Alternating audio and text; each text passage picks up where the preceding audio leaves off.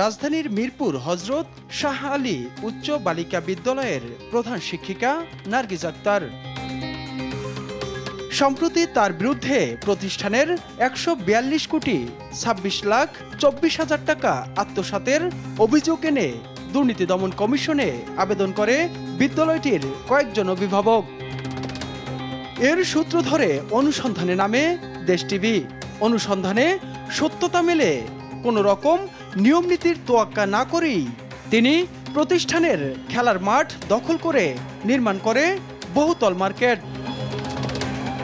এই মার্কেট নির্মাণের সময় প্রতিষ্ঠানের স্বার্থ বিকিয়ে দিয়ে ডেভেলপার কোম্পানি থেকে ৮২ লাখ টাকা দামের শ্যামলী ৪ নম্বর রোডের ৩৮/৮ নম্বর বাসার ৫ তলায় একটি ফ্ল্যাট ঘুষ নেন নার্গিস আক্তার। ওর সাথে কথা বলেন, ও সবকিছু আমরা জোগাড় করে দিবে, কাগজপত্র লাগে।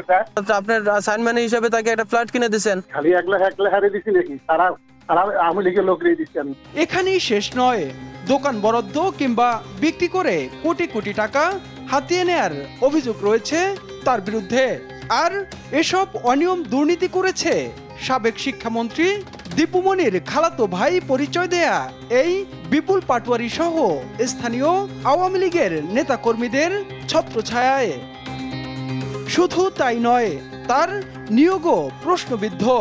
এতদিন মুখ খুলতে না পারলেও ৫ আগস্ট গণ অভ্যুত্থানের পর তার অপসারণের দাবি তোলেন সাধারণ শিক্ষার্থীরা।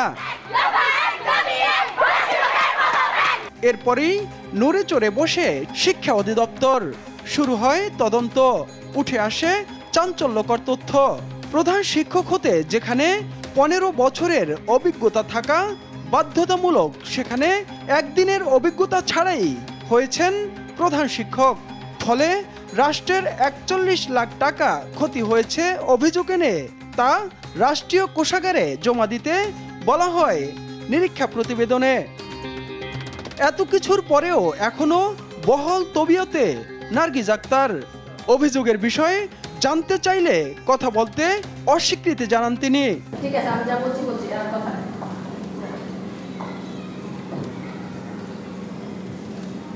এদিকে শিক্ষা অধিদপ্তরের মহাপরিচালক বলছেন, শিগগিরই তার বিরুদ্ধে নেওয়া হবে বিধি মোতাবেক ব্যবস্থা।